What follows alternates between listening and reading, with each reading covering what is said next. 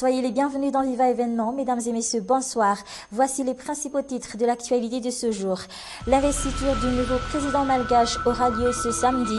Sauf changement, elle se tiendra au stade de Mamassine. Plus de 600 sinistrés dans la ville de Madzang à cause de la pluie incessante de ces dernières semaines. Le BNGRC a déjà mis à leur disposition une quarantaine de tentes. À l'étranger, la maire de Bangui élu nouveau président de transition en République centrafricaine.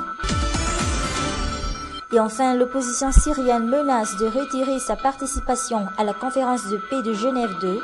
Motif, l'invitation lancée par Ban Ki-moon à l'Iran à 2 jours de l'événement. Comme nous l'avons déjà dit dans notre édition de samedi, la communauté internationale félicite l'élection de Iradon Armapian à la présidentielle. Ainsi, Ban Ki-moon, le secrétaire général des Nations Unies, par le biais de son porte-parole, a salué la validation de ces résultats définitifs et appelle tous les candidats à respecter la décision de la Cour électorale spéciale. Ban Ki-moon appelle aussi le nouveau gouvernement à tendre la main à l'opposition et à diriger le pays dans l'intérêt de tous les citoyens. Il encourage les dirigeants politiques et les institutions étatiques à travailler ensemble pour arriver à une véritable réconciliation, à l'approfondissement de la gouvernance démocratique et à la reprise économique. Le président français François Hollande félicite également le nouveau président malgache.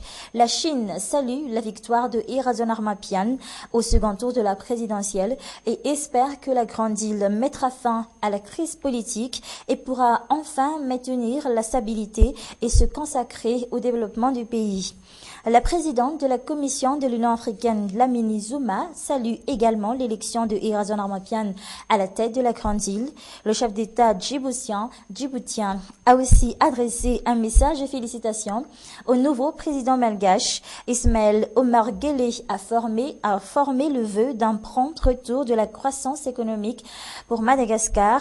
Et à Madagascar, le Parti vert de Sarah Georges Rabiarsou, connu pour avoir basculé dans le camp de Jean-Louis Robinson au second tour, salue le nouveau président malgache.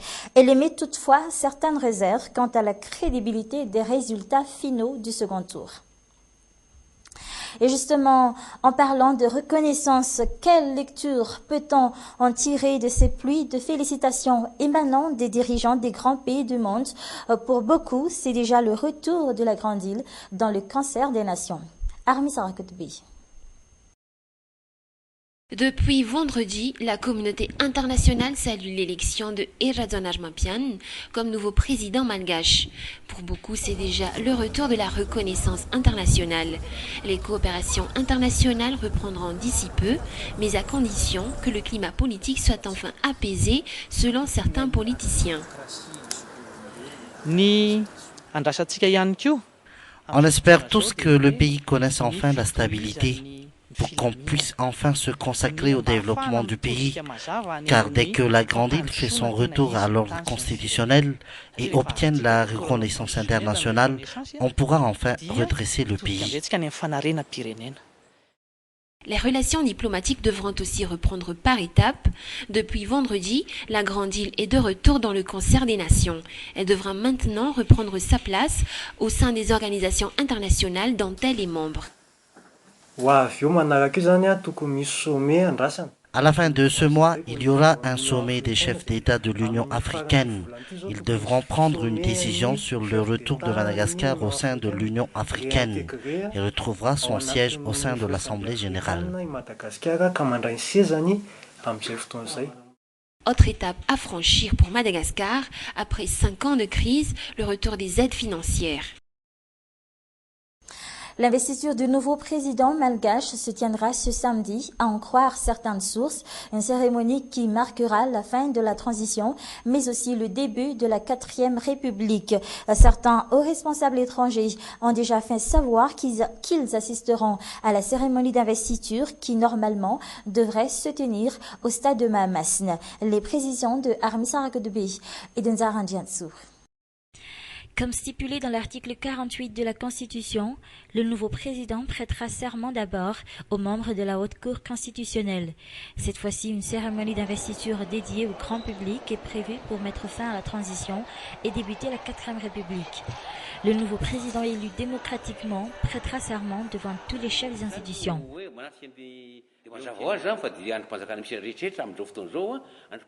Le nouveau président prêtera serment devant les chefs d'institution de la transition, car ils sont encore en fonction jusqu'à sa prise de fonction.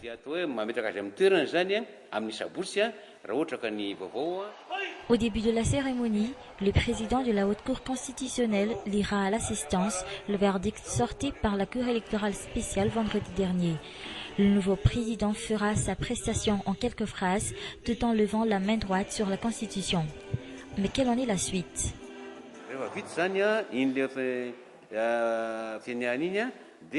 Après la prestation de serment, on décore le nouveau président du Grand Croix de première classe et on poursuit la cérémonie avec les discours.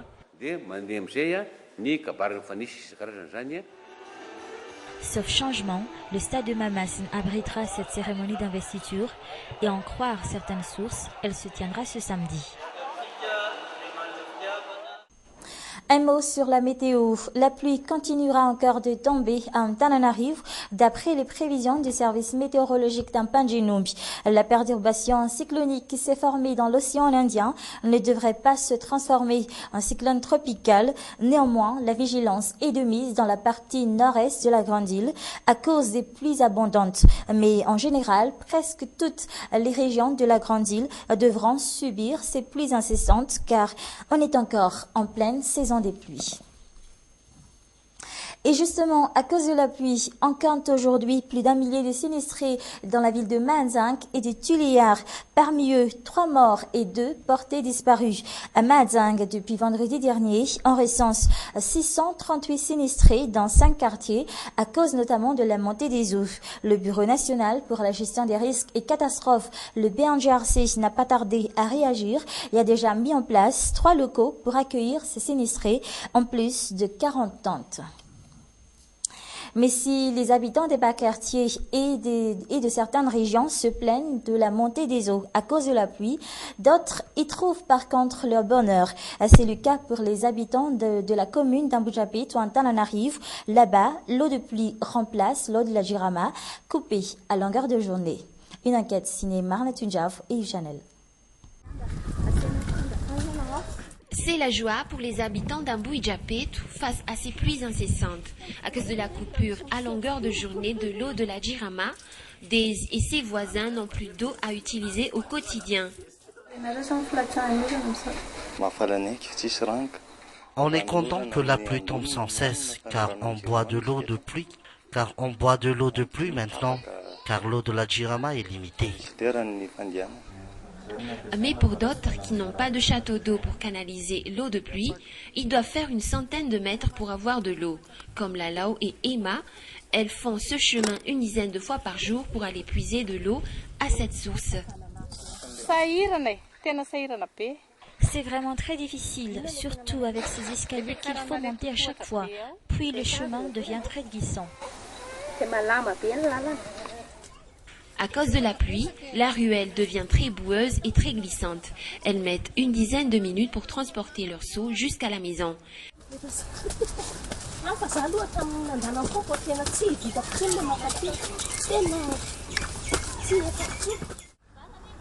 Et non loin d'elle, une borne fontaine qui ne marche pas toute la journée. Ça fait maintenant 10 ans que je vis ici, mais c'est toujours le même problème. Donc ceux qui étaient ici avant moi ont déjà connu le même problème.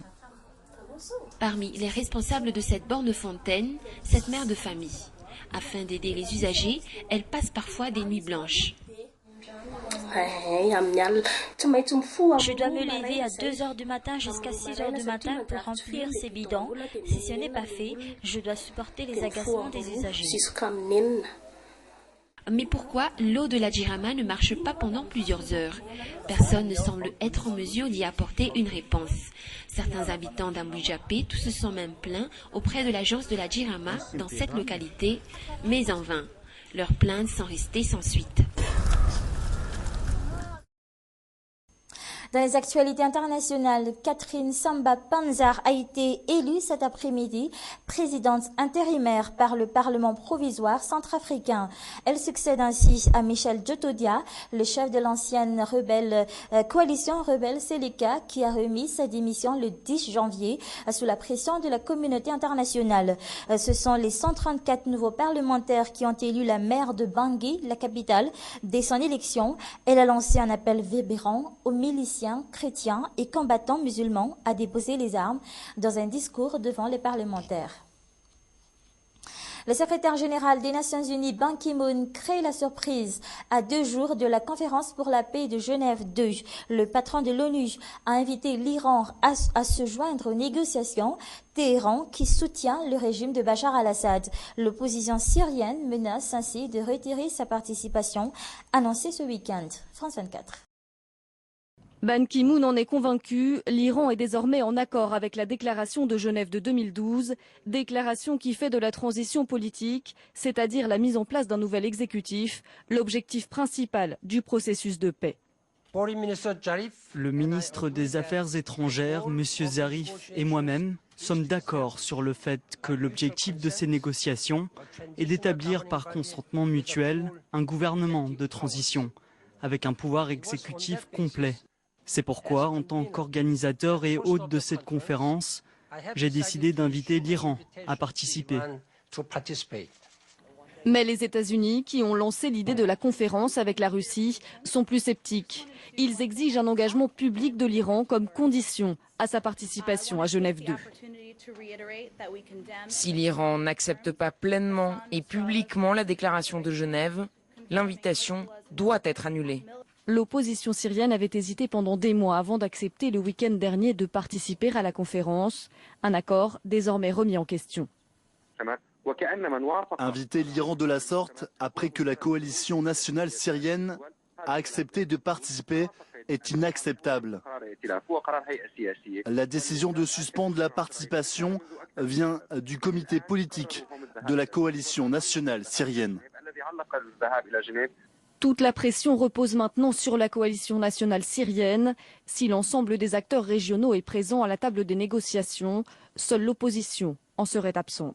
Dans le domaine de la construction automobile, Peugeot Citroën a donné son feu vert. Le Conseil de la surveillance a dit oui à une augmentation du capital de 3 milliards d'euros destinée à aider le groupe automobile à sortir de la crise et à laquelle devraient participer l'État français et le chinois Dongfeng. Reportage.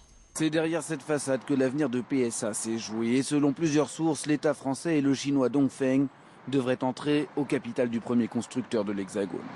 Touché gravement par la crise depuis 2007, PSA cherche à augmenter son capital de 3 milliards d'euros. Si officiellement, les négociations sont toujours en cours selon les Échos et Le Parisien, le conseil de surveillance aurait tranché. L'opération se déroulerait en 2 temps.